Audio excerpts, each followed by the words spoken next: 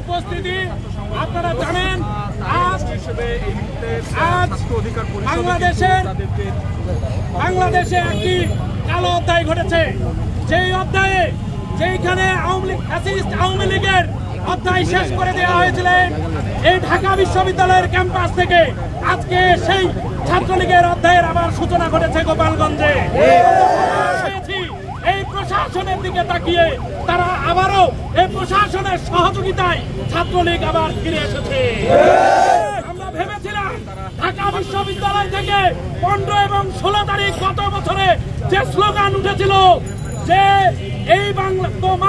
এই বাংলাদেশে আর ছাত্রলীগের ঠিকানা হবে না, আওয়ামী লীগের ঠিকানা হবে না, কিন্তু আওয়ামী লীগ ছাত্রলীগ আজ ফিরে এসেছে সন্ত্রাসী কায়দায়, নামদা হাতে অস্ত্র নিয়ে, এবং আমাদের জুলাই সহযোদ্ধাদের হত্যার উদ্দেশ্যে তারা গোপালগঞ্জকে আজকে তারা ঘেরাও করেছিল।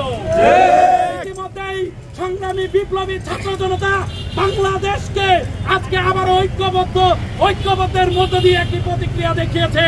এই পর্যায়ে